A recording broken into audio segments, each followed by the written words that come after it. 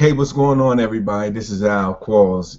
Now starting a new show, a new online segment on Google Hangouts called Guys Talking Sports. What we're going to do is just be talking about everything that's going on in the world of sports today, whether it's the NBA, the NFL, even a little bit of NHL, and some MLB. Basically, what we're going to do is I have a panel that's going to be coming in every now and then to voice their opinions about some of the things that we're going to be talking about in the world today. For most majority of people that don't know where I live in the New York, New Jersey area. So I'm going to let you know right now I'm a diehard Brooklyn Nets fan. In the world of where majority of the people that I know is practically New York Knicks fans, but that's neither here or there. What we're going to do is we're going to talk about certain things that are going on in the world of sports today, and we're just going to start off. Like I said, I'm having more guests coming on. They're going to introduce themselves and they're going to give their opinions about what is going on in the world today. So what we're going to do, we're going to get started. Since I'm in the New York area, basically, the whole thing that's going on, first before I even start off about the Knicks, I want to talk about the Nets. They did for most of the postseason, it was really a roller coaster ride, up and down season. For the majority of people that know me, I pretty much watch every game as much as I can. And the thing I thought about it when they first brought in Jason Kidd, my first reaction was a rookie coach. How is he going to handle a team that was pretty much geared up for the playoffs, especially with him being a rookie coach? And I think that's what a lot of people, majority of people fail to realize, is that he is still a rookie. Overall, I give Jason Kidd's performance as a coach a B minus, in the B area. To be honest, in the beginning, before this season ended, I really gave him a D. But he definitely bumped it up as this year progressed and how the team came together, even with the injury to Brook Lopez, who was out for most of the season. So, that's really, for him to learn to adjust in the midst of that, losing your best scorer, I thought was pretty good for a first-year coach. And it just makes me very optimistic about the things to come for the next year. Now, granted, I'm not too optimistic about it because now all the players are pretty much a year older. And the one thing that I always said about the Brooklyn Nets was that their lack of youth on this team. And it's just, even with the addition of Plumlee, I feel as though that, they need to get a little bit more younger. And to be honest, the waste of all the picks that they had for trades to get experienced players was only going to hurt them in the long run. Sure, this is a win-now team, but you got a year, and the absence of Brook Lopez does intrigue me of how next year is going to be. But the whole thing, basically the whole journey of this team is going to depend again on Darren Williams. And we've seen throughout the playoffs that without Darren Williams contributing to this team, this is the outcome that you're going to get. I really felt as though him not scoring, him being undervalued as a point guard, I would really have to say that he definitely didn't make a name for himself in this playoffs, in this postseason. And I think he's going to have a chip on his shoulder during this off season. He's having surgery now on both of his ankles, and right now that's something that he needs to work on, not just about the physical aspect, but the mentality of it. He has to get back to the Darren Williams that took over when he was in Utah. And until he gets to that point, I don't think that the Nets are going to have a better chance of advancing to the postseason this upcoming next season, even with the addition of Brook Lopez. You saw how these younger teams are basically getting better as time goes on. With Toronto and Washington, and even Charlotte now, they're all teams that are hungry to get to that next level. And I really believe that if Darren Williams don't get to the point where he needs to be with the mentality, that would actually be a setback for the Nets, and they do not have the opportunity to be a setback right now. They're a win-now team. That's why they brought all these experienced players in to be a win-now team. And if they don't get to that point where they can win now, this could be a whole debacle waiting to happen. This whole thing I really don't even blame the players about this more so than I blame the general manager. And this whole ownership falls back on Billy King, because you built this team to be a win now team. And if this doesn't show no progress, of course they went from being a first round exit to making it to the second round. But if they don't progress after this year, then you would have to question the whole outset of the whole mindset of what Billy King was trying to accomplish, and that is really not a good look. So as far as the Nets is concerned, they really need to get younger, get some experience. They have the experience, but I believe so that they need to add younger pieces, and which is unfortunate because they don't even have a draft pick in the 2014 draft. So if I'm them, I would secure, maybe try to get a second round pick, or do whatever is necessary to at least get a first rounder. They have pieces where I don't think in the offseason that I don't think they're going to stay. I really wish that they re-signed Sean Livingston. Blatch, I'm sure probably is going to end up staying with the bunch. But some of the others, Pierce, I'll probably see him staying. I really don't see him moving on to the Clippers at this particular point. I really see him staying for another year to give it a shot. And with the possible return of KG, I see this group coming back together for one more try. As far as the Nets is concerned, their future is just really a win now or go home type of season for them coming up next year. And hopefully with the addition of Brook Lopez coming back, maybe they could find some adjustments down the road. Now, as far as the Knicks is concerned, I really don't want to talk bad about what they have done in the offseason or not making it to the playoffs. That's gone. What we need to do now for the Knicks is they need to focus on who their next coach is going to be. And with Phil Jackson in the mix, I have the confidence that he's going to pick the right player, the right person for the position. But at this particular point, with the failure to pick up Steve Kerr since he went to the Warriors, it's going to be a real difficult decision.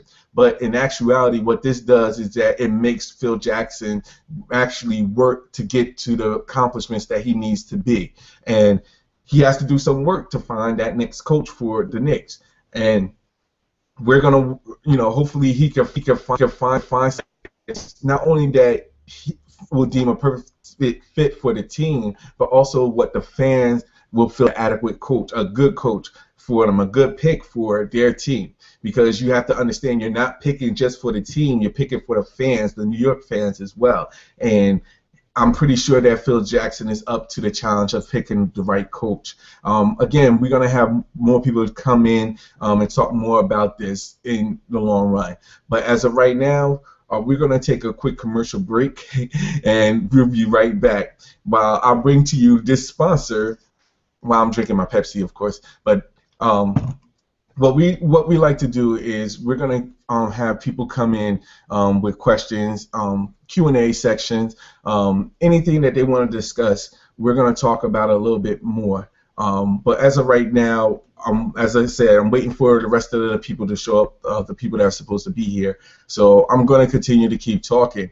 Now, we're going to move a little bit on to the NFL. This whole thing with all these issues, before I go back to the NFL, as a matter of fact, I want to talk about the Sterling controversy that's going on.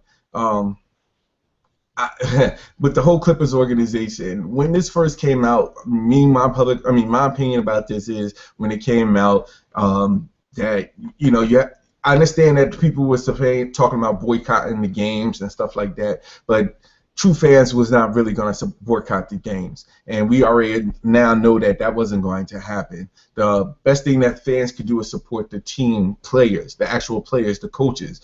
Those are the people that you need to support.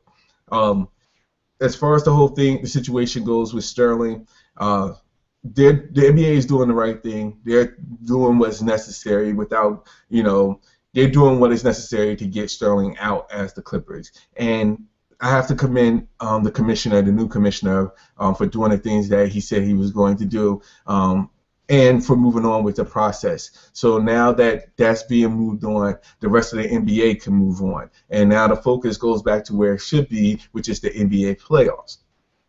Now, I do have a problem. Speaking of the playoffs, I do have a problem with how some of the promotion has been going on. For example, you have the Spurs and the Thunder that's playing right now in the Western Conference Finals. This to me really is, in my opinion, is the the the playoffs for the NBA title. As much as I like Indiana or Miami, I do not see any of them winning the actual championship from the Western team. More so because of the fact that those two teams are a little bit more hungrier than what the Heat and the Pacers are going through in their series. Now, the Pacers I give an edge to because they want to beat Miami.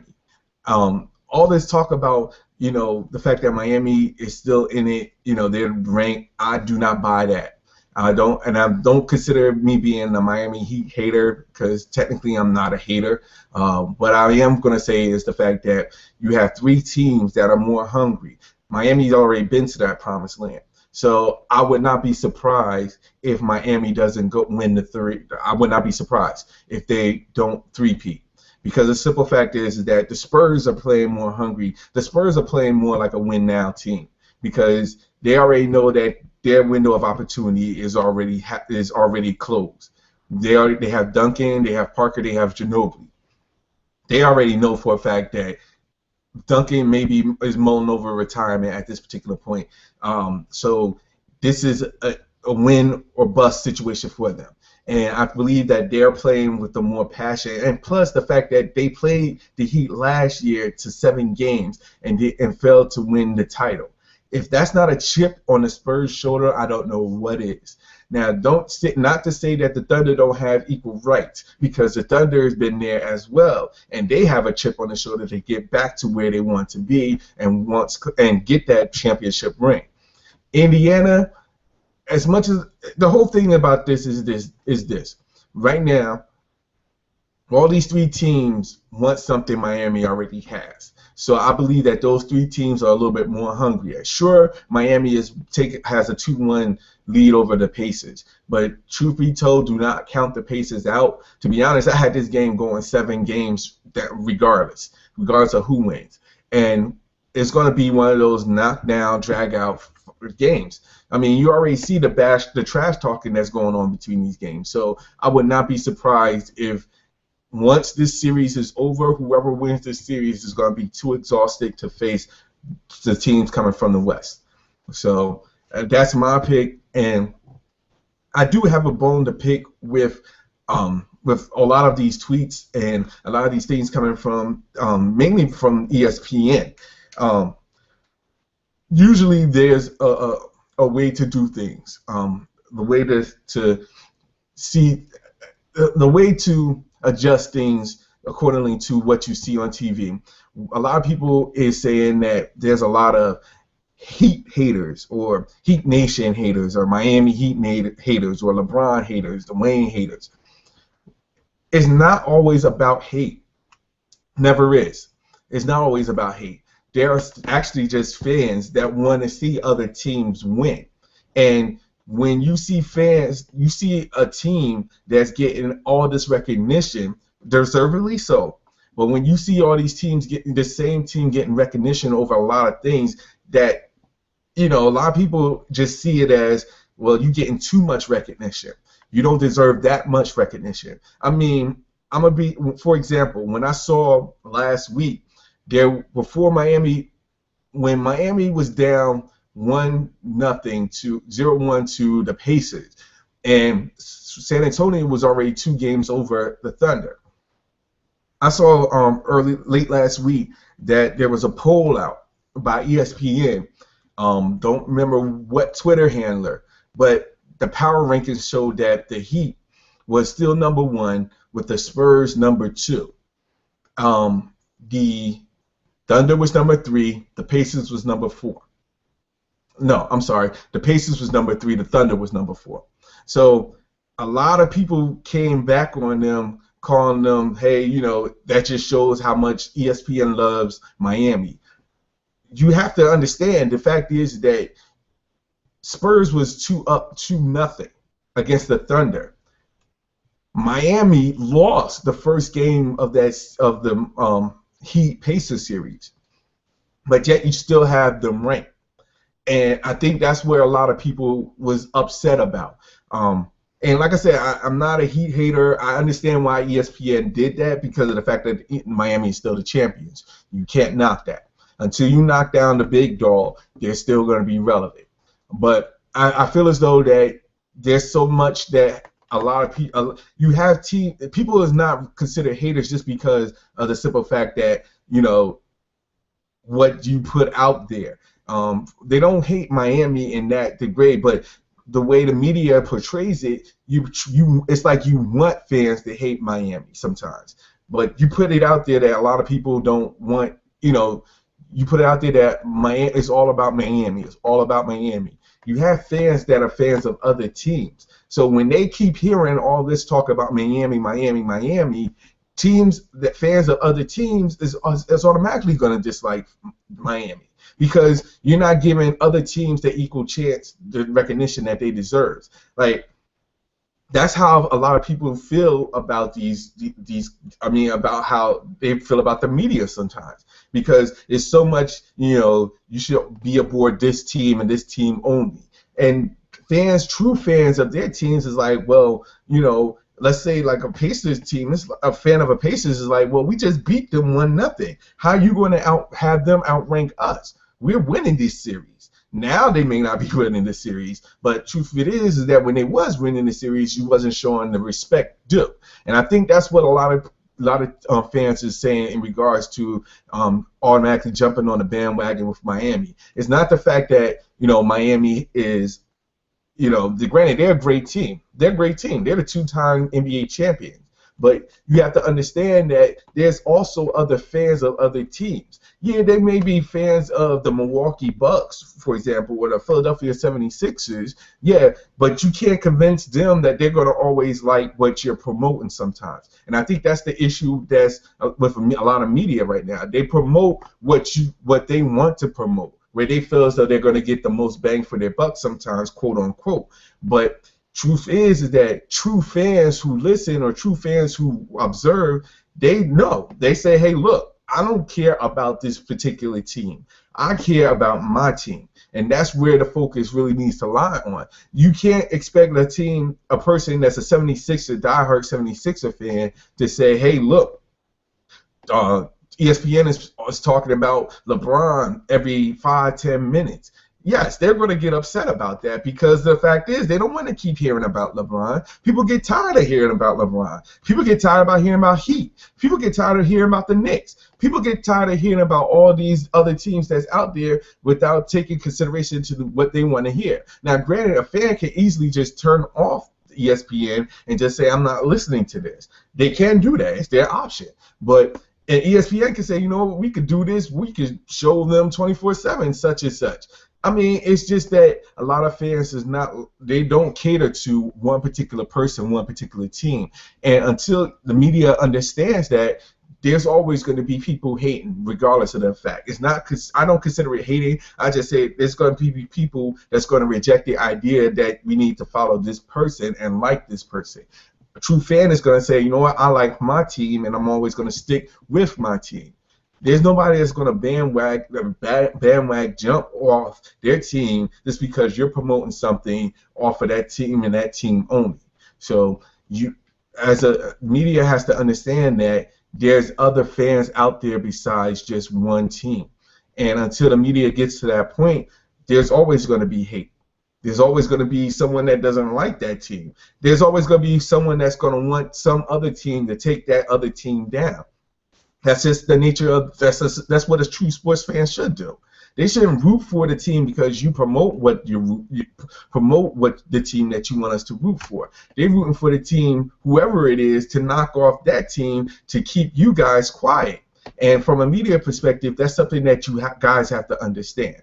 So I'm not going to get into much talk about it. The media is the media at this particular point, but I feel as though that a fan, there's no such thing as a hater. There's always a fan of another team. And I don't consider them being haters. I consider them being fans of the other team who just don't like your team. I get that all the time because I respect New York Knicks fans. I respect them a lot. I respect them for what they talk about. They bring in some valid points, and that's what they do. But as a Net fan, I always bring in my valid points too. I'm not going to jump ship or root for a Knicks team to beat the Miami Heat. I mean, I'm always going to root for whoever I feel is the more deserving. I'm the underdog. I always root for the underdog. So right now, I feel as though Miami had its turn, in my opinion. So I'd rather have the Pacers at least try to fight their way to win a title. And anybody out in the West who hasn't, well, Spurs won it, so I really can't knock that. I just want to see Duncan go out with a win. It doesn't matter with this to the Thunder because I would love to see Kevin Durant winning as well.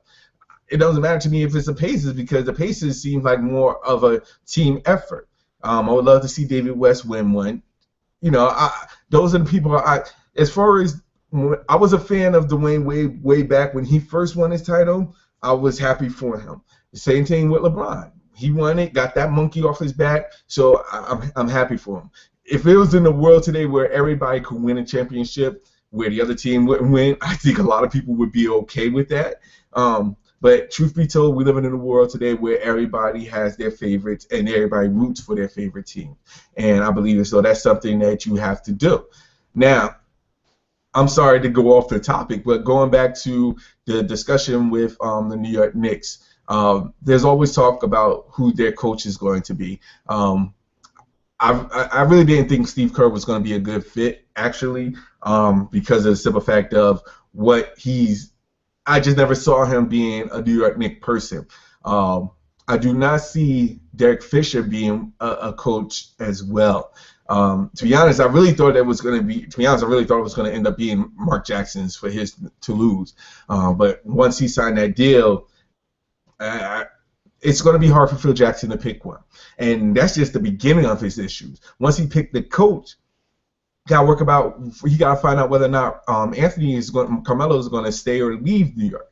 So I give Jackson the benefit of the doubt. He has a long career ahead of him, and he has some very difficult decisions that he's going to have to make. But if I trust anybody to make those decisions, it's definitely a person that has 11 championship rings. So, as far as who they would pick, I have no clue. I don't even know if it's going to be a Phil Jackson quote-unquote guy. But I do know that it's going to be whatever choice he makes, it's got to be something where the fans is going to accept that. And as long as they see progress, I think that's in the end run, they're going to be okay with it and happy about it. All right.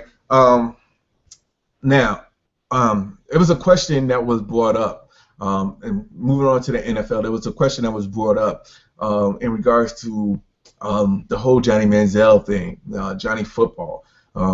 He should be automatically the starting quarterback in Week 1 of the NFL for the Cleveland Browns. I really don't see.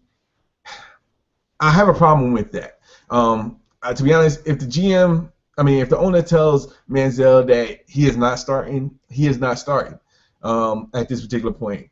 Unless there's injuries to every single quarterback in there on that roster, I don't see him starting. And I'm not saying that he should, but you have to understand, like, this is a process. These are still rookies. I mean, you can't. If you haven't seen him in the OTAs yet, you cannot assure someone, a rookie, saying that he is the starter. He's their new starter. It doesn't work that way. You have to see what he can do out on an NFL team before you can say anything. Sure, he was the wizard in college football. He was the Heisman Trophy winner. But at the end of the day, once you start the NFL camp, that's a new level. That's different from the colleges. So he's not going to get that same treatment. He has to start from scratch. And we all know that once you have to earn your way to make that starting lineup. Like the whole thing with Russell Wilson, he earned his position after going back and forth with during the camps, and he earned that position. So the same thing with Johnny Manziel. I mean, saying that he may not start, that's maybe a little bit over much. Saying that, I would have said that if anything, he has to earn the starting position, and we'll see if he's valuable to do that during the camps. That would have been sufficient enough for me. All these people talking about he should automatically start, he should start. You don't know.